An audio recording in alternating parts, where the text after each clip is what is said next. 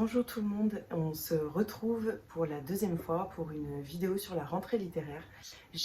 Depuis la première vidéo, j'ai lu certains romans. Je vais vous parler des lectures un petit peu au fur et à mesure. Là, j'en ai quelques-uns que j'ai déjà lus et dont je vais vous parler maintenant. Et puis, je vous reprendrai un petit peu plus tard pour vous parler des lectures que je vais continuer à faire sur cette rentrée littéraire. Comme je vous l'ai déjà dit dans la première vidéo, la rentrée littéraire, c'est plus de 490 romans, je crois, cette année. Même si c'est moins que certaines années, ça reste quand même beaucoup. Donc, ah non, c'est pas le nôtre. Je cru que c'était mon fils qui pleurait. Voilà, c'est un échantillon des romans, c'est ceux qui me faisaient envie. Voilà, j'espère que cette vidéo vous plaira. N'hésitez pas à mettre un petit pouce si vous avez apprécié la vidéo et puis à me dire en commentaire les romans que vous avez eu la chance de lire également, que vous avez pu vous procurer en août ou en septembre. Voilà, depuis leur sortie, et puis ce que je vous ai donné peut-être envie de lire ou non. Voilà, donc n'hésitez pas à partager tout ça, et puis si tu aimes mon contenu, n'hésite pas non plus à t'abonner à la chaîne, ça me fait toujours vraiment plaisir. Je voudrais tout d'abord te parler de Trois sœurs de Laura Poggioli qui est publié chez l'Iconoclaste. Il est sorti mi-août et je l'ai lu à peu près à cette période-là. Donc j'en ai pas forcément un souvenir très frais, mais c'est l'histoire de trois sœurs qui vont assassiner leur père le 27 juillet 2018. Et c'est un gros fait divers, ça se passe en Russie, là où les violences domestiques ne sont pas vraiment reconnues. Et l'autrice, donc Laura Poggioli, nous emmène dans ce fait divers en Russie. Et également, elle nous partage voilà, comment elle a fait pour se documenter, qu'est-ce qui l'a intéressée dans ce fait divers, pourquoi est-ce qu'elle a voulu écrire un roman sur ce sujet. Et puis, va s'entremêler dans ce récit également la vie un petit peu de l'autrice qui se livre en quelque sorte à nous sur des sujets de société tels que les violences conjugales, sur le fait de vivre dans un autre pays. Elle nous fait aussi malgré tout découvrir l'amour qu'elle a pour ce pays, et donc j'ai trouvé ça extrêmement fort parce que d'un côté elle parle d'un sujet très grave où ce pays est vraiment en retard par rapport aux droits de l'homme et de la femme, et en même temps elle nous montre tout l'amour qu'elle peut avoir de ce pays qu'elle trouve absolument sublime sur plein d'autres points. Donc c'est vraiment un très très beau roman. L'écriture, elle est parfois très brute, très brutale. Forcément, on parle d'un fait divers assez dur et puis de sujets qui le sont tout autant. Mais l'autrice a également toute une douceur qui se dégage de son récit. C'est vraiment pas un récit seulement... comment je peux dire ça, c'est pas un récit seulement descriptif, on va vraiment au-delà de ça, les personnages sont plutôt travaillés et ils ne font pas que montrer, enfin ils ne font pas qu'être des personnages au service de l'histoire, ils font partie intégrante de cette histoire. J'ai vraiment beaucoup apprécié. C'est un roman qui vient témoigner que de grands pays encore aujourd'hui ne respectent pas les droits de la femme, et que dans beaucoup de pays encore aujourd'hui, elle est rabaissée à un niveau plus bas que terre. Donc c'est un roman d'une grande importance qui est très incisif sur ce sujet-là, et que je peux que vous recommander si c'est un sujet qui vous parle. Je voudrais maintenant vous parler de Chouette de Claire Hojtesky qui a été publié chez Phébus. J'ai eu un coup de cœur pour ce roman qui, encore une fois, est un roman inspiré en tout cas de la vie de l'autrice qui a une petite fille avec une particularité. Et dans ce récit, elle a voulu témoigner, mais témoigner de façon tout de même imaginaire et au vrai sens du terme, au sens vraiment littéral, parce que on va être dans un espèce d'entre-deux entre un monde fantastique et une vie, des sujets très terre-à-terre, tels que la maternité, tels que le handicap, les troubles neurodéveloppementaux et la vision que les autres peuvent avoir de nous et tout ce qui s'ensuit, la prise en charge. Et puis, elle nous parle dans ce roman d'un grand instinct maternel de cet amour inconditionnel qu'on a pour nos enfants, malgré leurs particularités, leurs différences. C'est ce qui fait aussi leur force et c'est ce pourquoi on les aime. Et c'est un roman très très fort que j'ai trouvé euh, très travaillé, notamment au niveau de l'écriture. Alors parfois on est un petit peu perdu entre le fantastique, l'imaginaire et la réalité.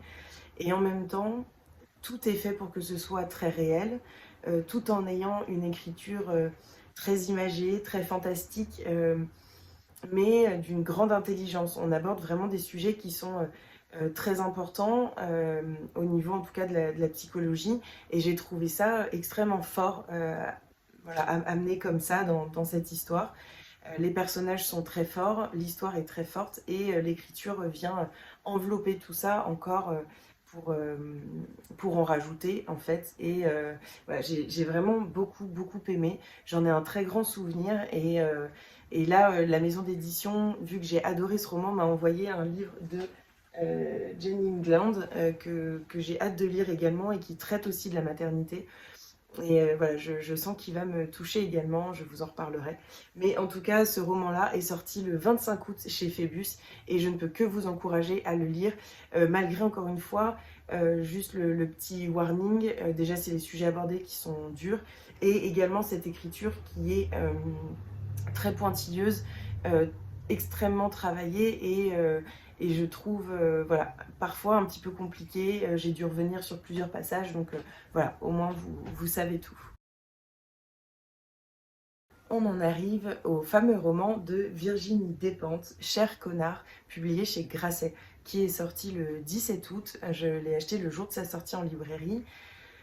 J'en attendais beaucoup et je pense que j'en attendais trop. Il s'avère que je suis tombée complètement amoureuse, comme beaucoup de femmes et d'hommes d'ailleurs, de Virginie Despentes grâce à son essai King Kong Theory, qui avait été vraiment une révélation pour moi. Je l'ai offert à beaucoup de monde. Ça a toujours été un livre que j'ai eu sur ma table de chevet et que j'ai relu enfin, voilà, de façon assez régulière.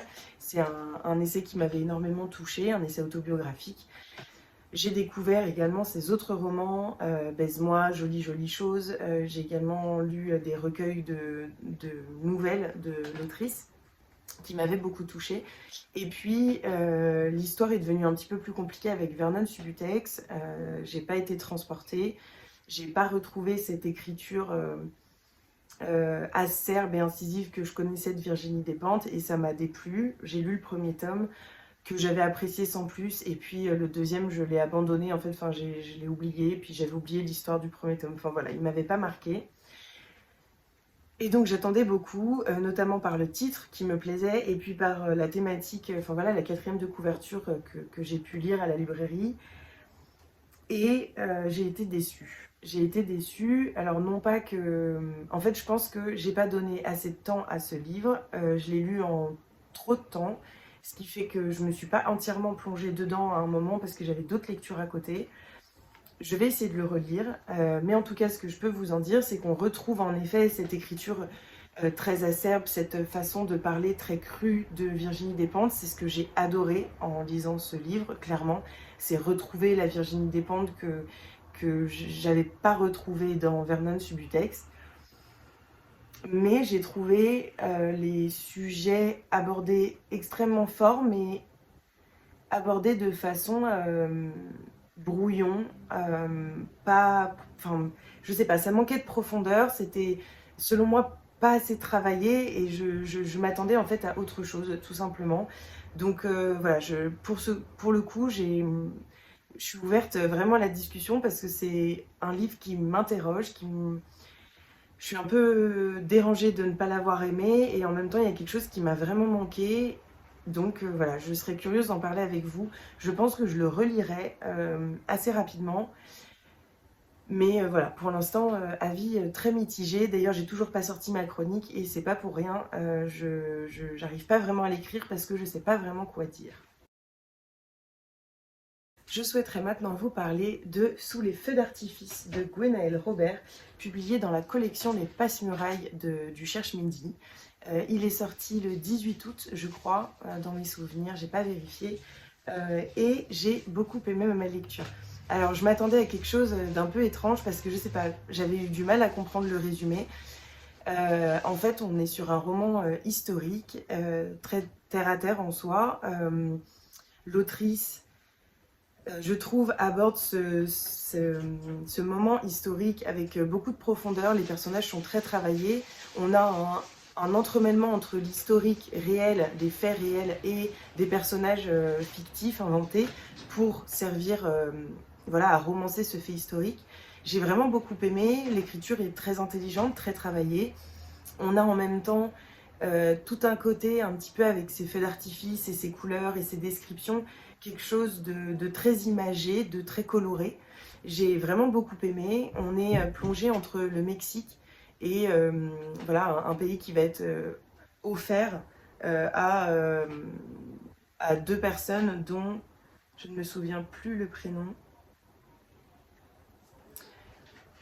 Charlotte et son mari, qui sont un couple qui vont donc arriver, on va leur donner ce pays, et un pays qui pourtant ne demande qu'une seule chose, c'est son indépendance. Donc voilà, et puis en même temps on est plongé à Cherbourg, en France, où il va y avoir voilà, un casino qui va être ouvert, et en même temps il y a une bataille navale qui va avoir lieu devant Cherbourg. Ça concerne la guerre de sécession en Alabama. Enfin bon, voilà, c'est vraiment plein de choses qui se mettent ensemble dans ce court roman. Peut-être la seule chose que j'aurais à dire, c'est que le côté historique n'est peut-être pas assez poussé. D'ailleurs, en si peu de pages, c'est difficile de vraiment l'aborder en étant dans autant d'endroits et dans autant de choses différentes. Mais j'ai beaucoup apprécié, j'ai trouvé ça très intéressant. J'ai vraiment aimé découvrir cette partie de l'histoire et j'ai beaucoup aimé l'écriture de l'autrice dont je vais voilà, me renseigner un petit peu pour découvrir peut-être son roman d'avant. Et puis il paraît qu'elle est également autrice jeunesse. Je vais aller voir ça, je ne me souviens plus de son nom de famille qu'elle utilise en jeunesse, mais en tout cas je vais aller voir ça. Voilà, j'ai beaucoup aimé et hâte d'avoir vos retours si vous l'avez lu également. Je voudrais maintenant vous parler de cette bande dessinée qui est sortie en septembre chez Le Duc. Je crois que c'est en septembre, c'était peut-être fin août, chez Le Duc Graphique, et qui parle de la dépression maternelle, des traumas infantiles et de l'EMDR, qui est une technique qu'utilisent les psychologues et les psychiatres pour traiter les traumas. Voilà. Alors, en gros, pour schématiser, c'est une technique où on va être dans une espèce d'une semi-hypnose et où le professionnel va faire des mouvements, des sons où vos yeux vont suivre un objet, ce qui va faire avec plein de processus et plein de petites clés va permettre de se rediriger vers le trauma et pouvoir le traiter voilà, en le travaillant de cette façon-là. C'est assez compliqué et je trouve que dans cette bande dessinée, l'autrice réussit entièrement à nous faire comprendre, à nous faire entrer un petit peu dans ce que peut être le stress post-traumatique et les techniques pour le traiter. Cette technique qui est plutôt nouvelle, si je puis dire, qui est utilisée depuis quelques années vraiment pour gérer le trauma. D'ailleurs, que ce soit en cabinet en France, mais que ce soit en fait partout. On l'utilise aussi beaucoup pendant les voyages et les voyages humanitaires, les moments où des psychologues sont envoyés dans des endroits où il y a la guerre, où il y a eu des traumas, pour pouvoir aider la population. Et donc c'est une technique voilà, assez moderne. Et en fait, cette autrice raconte dans cette bande dessinée vraiment une partie de sa vie. C'est pas seulement une BD inspirée de sa vie, c'est une bande dessinée autobiographique où en fait l'autrice nous parle de comment elle a reçu la maternité, comment elle a découvert son fils, les sentiments qu'elle a pu ressentir ou d'ailleurs les sentiments qu'elle n'a pas ressentis. Et puis toute cette souffrance dans la relation qu'elle a avec son petit garçon, toute cette souffrance qui s'invite chez elle, toute cette colère qu'elle n'arrive pas à maîtriser, et comment cette technique de l'EMDR va l'aider à comprendre qu'elle a vécu des traumatismes dans sa vie et qu'elle est en fait sous le coup d'un stress post-traumatique et que il faut traiter parce que c'est une maladie, voilà, c'est quelque chose qui est dans le DSM, qui est coté et il faut le traiter pour aller mieux. Et donc voilà, c'est tout ce chemin que nous offre l'autrice. C'est très bien documenté, il y a un petit document à la fin sur justement le MDR et sur les traumatismes. Ça fait quelques pages et j'ai trouvé ça vraiment très très bien fait. Donc voilà, si ça vous intéresse, si la thématique vous intéresse, n'hésitez pas à vous le procurer, c'est chez Le Duc Graphique. Je voudrais maintenant vous parler de Les Aquatiques de Oswald Lewat qui est publié chez Pocket. Je ne sais plus en grand format où est-ce qu'il a été publié. En tout cas, il vient de sortir chez Pocket durant le mois d'août, je crois. Ça a été une superbe lecture. On suit Katmé, qui est la femme d'un préfet d'un pays de l'Afrique qui est imaginé par l'autrice, donc par Oswald Lewat. Oswald Lewat, qui est une autrice africaine, qui est, je crois, en France aujourd'hui. Elle est née au Cameroun et elle vit à Paris et qui s'inspire de ce qu'elle connaît de l'Afrique pour imaginer un pays, le Zembwena, où Katmé donc vit. Et ce pays inventé va en fait, en tout cas c'est l'impression que j'ai eue tout au long du roman, permettre à l'autrice, sans langue de bois, de pouvoir aborder des thèmes assez récurrents dans l'Afrique du 21e siècle aujourd'hui, qui est aussi entre tradition et modernité, et où il y a énormément de sujets très compliqués à aborder, notamment l'homophobie, qui est une homophobie légale dans beaucoup de pays, la corruption des gouvernements, qui est encore très ancrée dans beaucoup de pays africains, et la condition de la femme, notamment l'émancipation de la femme, et à quel point aujourd'hui, au XXIe siècle, les femmes se rendent compte de l'enfermement qu'elles subissent au sein des traditions ancestrales et au nom d'une culture quelconque. Et en fait, c'est vraiment un roman où l'autrice a créé un personnage extrêmement fort, qui n'est pas là pour qu'on s'y attache, qui n'est pas une femme qui nous touche forcément dès le départ. C'est plutôt une femme qu'on aura envie de secouer au début. Et en fait, l'autrice réussit à amener en elle quelque chose d'assez incroyable. C'est une femme avec beaucoup de résilience qui va de plus en plus nous toucher, de plus en plus prendre en profondeur. On va se rendre compte à quel point elle est tiraillée, Katmé, entre ces injonctions, cette culture dans laquelle elle a grandi, les conventions sociales, ce qu'on attend d'elle, et ce bouillonnement intérieur qu'elle ressent, notamment quand son ami Samy se retrouve à être emprisonné pour homosexualité, en fait, tout simplement. Je trouvais même plus mes mots tellement ce passage est assez fort. Et on va voir voilà, toute cette émancipation de cette jeune femme, ces combats qu'elle va essayer de mener. C'est vraiment un roman que j'ai trouvé extrêmement psychologique. On entre vraiment dans la psyché de cette femme. On a et voilà, tout ce qu'il y a autour, avec tous les sujets dont je vous ai parlé qui sont extrêmement importants. Et qui sont importants par justement ce que vit cette jeune femme et ce qu'elle va en penser. On n'est pas sur un roman qui nous fait visiter un pays, malgré qu'on a quand même voilà, des descriptions et on est quand même plongé dans un pays africain. Mais je pense vraiment que c'est le point de l'autrice qu'elle a gardé tout au long de ce livre, c'est de faire en sorte que ce pays ne ressemble à aucun autre pays d'Afrique et en même temps qu'il ressemble à tous les pays d'Afrique. Et voilà, j'ai trouvé ça extrêmement intelligent.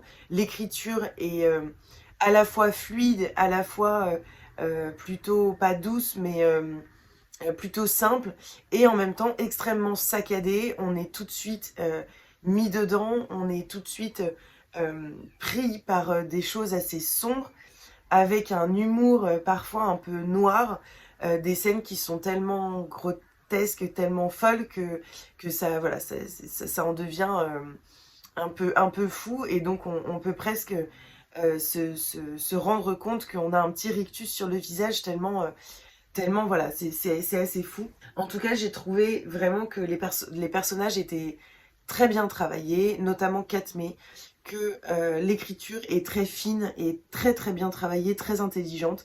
Et j'ai vraiment adoré ce roman, qui est donc publié chez Pocket et que je ne peux que vous recommander si ce que je vous ai dit un petit peu de ce livre vous tente vraiment, n'hésitez pas, parce que je me suis vraiment approchée du coup de cœur avec ce livre. Je voudrais maintenant vous parler de La prophétie des sœurs serpents de Isis Labo Caberia, qui a été publié chez Slalom. Il est sorti le 1er septembre, je crois. Il s'agit de l'épreuve non corrigée, alors c'est peut-être écrit dessus. Oui, apparaître le 1er septembre 2022. J'ai beaucoup aimé ce livre, il s'agit d'un roman young adulte qui nous emmène en Martinique, notamment au XVIIe siècle. C'est un peu... alors j'étais en train de lire Outlander, donc forcément j'ai fait des liens. C'est un peu un roman à la Outlander, dans le sens où on a un retour dans le passé d'un personnage, de Naïla, qui est en visite chez sa grand-mère en Martinique et qui va découvrir toute une magie ancestrale. C'est vraiment un roman qui nous plonge dans les us et coutumes, dans les mœurs, dans les difficultés du peuple martiniquais au XVIIe siècle, qui aborde la question du colonialisme, de l'esclavage, qui aborde également la condition de la femme. J'ai beaucoup aimé l'écriture, très fluide, très immersive, très douce, et en même temps qui arrive totalement à nous plonger dans ce qui fait la profondeur de ce roman, de cette histoire. On est vraiment entre l'histoire de la Martinique au XVIIe siècle, l'histoire du colonialisme, l'histoire de l'esclavage, la condition de la femme, et donc l'histoire de la condition de la femme en Martinique. Et en même temps, on est vraiment dans un roman entre le fantastique, la magie et l'histoire et la réalité. Un roman vraiment qui oscille entre les deux. J'ai beaucoup aimé. Alors, il y avait parfois des moments que j'ai trouvé peut-être avec quelque chose qui manquait au niveau de cette profondeur que j'aime retrouver dans des romans historiques. Et le côté un petit peu magie ancestrale, etc., avait parfois du mal à s'ancrer en moi, mais je pense parce que je ne connais pas assez. Et donc, j'imagine que ce qui serait intéressant, c'est de pouvoir en apprendre un petit peu plus au travers peut-être d'un documentaire ou, je ne sais pas, d'un film qui pourrait m'immerger un petit peu plus dedans. En tout cas, j'ai beaucoup aimé, les héroïnes sont vraiment des héroïnes très fortes, l'écriture est très belle, et c'était vraiment un joli moment de lecture. Je voudrais maintenant vous parler de Un tourbillon de sable et de cendres de Amy Hermond, qui sort le 27 septembre aux éditions Charleston. C'est un roman que j'ai eu la chance de lire en avant-première grâce à mon aventure des lectrices Charleston. J'ai lu Ce que murmure le vent de l'autrice l'année dernière, qui avait été vraiment un coup de cœur. J'avais adoré me plonger en Irlande aux côtés de Anne Gallagher dans un roman un petit peu à la Outlander. J'avais trouvé l'écriture sublime. Et donc j'étais très excitée à l'idée de retrouver la plume de l'autrice et de pouvoir découvrir une autre histoire qui est bien différente. J'ai donc retrouvé ici l'écriture de Amy Hermond qui me plaît énormément, qui me touche beaucoup, avec un petit quelque chose en plus qui a fait que ce roman c'est vraiment ancré en moi. On est ici sur la Seconde Guerre mondiale, on est à Florence, en Italie, et c'est vraiment un livre qui m'a beaucoup touchée, beaucoup bouleversée, et qui m'a fait ressentir des émotions que je n'aurais pas soupçonné ressentir dans ce livre, notamment parce que je n'avais pas lu la 4e de couverture, et donc je ne savais pas ce que Amy Hermond allait nous raconter dans ce roman, et ça a été une grosse claque. Comme dans son précédent roman, l'autrice a une écriture très fluide et en même temps très puissante, très forte. Et dans ce roman, j'ai trouvé que les personnages étaient extrêmement bien travaillés. C'était fait avec beaucoup d'intelligence. J'ai beaucoup aimé, parce qu'il m'a beaucoup touchée, Angelo, qui est vraiment un personnage que j'ai adoré et qui est plein de bonté, qui est un prêtre et qui va tout faire pour pouvoir sauver la population juive, en tout cas la population qu'il peut, tout ce qu'il peut. Et c'est vraiment un roman qui m'a énormément marqué cette année, notamment aussi parce que je retrouvais l'autrice que j'apprécie beaucoup. Bien sûr, le petit hic que j'ai pu y trouver, c'est que la religion est extrêmement présente, ce qui est normal, parce qu'on suit la vie d'un prêtre, et donc voilà, c'est quelque chose qui a pu me bloquer par certains moments, notamment parce que je ne connais pas très bien. Je suis assez novice dans tout ce qui est religieux, n'importe quelle religion, et c'est vrai que là, c'était quand même très axé religion. Et donc, il y a eu des moments où c'était un petit peu plus fastidieux pour moi, où je m'accrochais un petit peu moins à l'histoire. Et en même temps, c'est vraiment un livre qui m'a bouleversée, que je ne peux que vous recommander. Si voilà, vous plongez à Florence pendant la Seconde Guerre mondiale, auprès d'une famille incroyable, et notamment d'un prêtre, Angelo, vous donne envie, et bah foncez en librairie, parce que c'est vraiment un petit bijou. Je voudrais maintenant vous parler de la petite librairie de Riverside Drive de Frida Skyback qui sort le 27 septembre chez Charleston. C'est un roman que j'ai pu lire en épreuve non corrigée pendant mon aventure de lectrice Charleston, et c'est un roman que j'ai adoré. Quand j'ai rendu ma chronique, j'ai parlé d'un roman que j'ai vraiment beaucoup aimé, qui m'a fait passer un joli moment, et en fait, quand j'y ai repensé, en le recevant et en préparant un petit peu ce que j'allais vous dire ici, je me suis rendu compte qu'il m'avait marqué plus que ce que je n'aurais cru. On retrouve donc dans ce joli roman Charlotte, qui est une femme suédoise, une femme d'affaires, qui perd son mari dans un accident de voiture et qui va voilà, rester cloîtrée chez elle jusqu'au jour où elle reçoit une nouvelle dont elle n'attendait pas du tout, enfin voilà, qu'elle n'attendait pas du tout. Il s'agit d'un héritage et elle hérite, Charlotte, j'enlève le... Charlotte hérite donc d'une petite librairie à Londres, la librairie de Riverside Drive, et elle va décider de partir à Londres pour pouvoir faire en sorte de réussir à s'en débarrasser rapidement pour retourner à sa vie. Il s'avère que, voilà, vu qu'on ne peut pas déjà connaître le début et la fin avec le synopsis, il s'avère qu'il va se passer beaucoup de choses et que Charlotte va rencontrer beaucoup de personnes, notamment la librairie. Et je crois qu'un coup de cœur se fait entre elle et cette jolie librairie qui est pleine de charme, et d'ailleurs dans laquelle j'avais vraiment envie d'être, et j'avais vraiment envie de pouvoir aller regarder un petit peu tous ces étalages. C'est un roman qui m'a énormément plu. J'ai vraiment adoré l'écriture de l'autrice qui était très fluide et très immersive.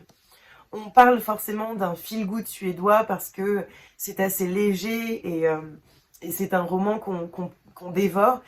Et en même temps, j'ai trouvé quand même qu'il y avait beaucoup de sujets très importants qui étaient abordés, et que ce n'est pas qu'un feel-good. C'est un roman contemporain, et sur vraiment l'amour des mots, l'amour de la littérature, la découverte de la littérature, et j'ai vraiment, vraiment apprécié ce roman. C'est un roman frais, qui est plein d'humour, qui m'a vraiment transportée. L'écriture est très fluide, très immersive, les personnages sont touchants. On est dans ce livre sur une double temporalité, et donc on a voilà, vraiment l'histoire de Charlotte et l'histoire de cette tante qui lui lègue...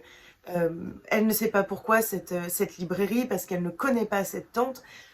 Et c'est voilà, un roman qui vraiment a frôlé le coup de cœur, et je m'en rends compte de plus en plus au fil en fait du temps, parce que je m'en souviens très bien, que je me souviens parfaitement les images que j'ai pu avoir durant ma lecture, et donc je ne peux que vous recommander ce livre qui sort le 27 septembre. Regardez d'autant plus cette couverture qui est absolument sublime. Voilà, donc vous m'en direz des nouvelles. Cette vidéo touche à sa fin, j'espère que ça vous aura plu, que vous aurez découvert de jolis titres ou redécouvert certains. N'hésitez pas, si cette vidéo vous a plu, si le contenu vous plaît, à vous abonner, à liker, puis à commenter pour me dire un petit peu les romans qui vous ont fait envie, ou ceux vraiment qui ne vous font pas envie du tout. N'hésitez pas aussi à partager sur les réseaux sociaux, parce que c'est comme ça que la chaîne se fait connaître. Et puis moi je vous fais des bisous, puis je vous retrouve très vite pour une nouvelle vidéo.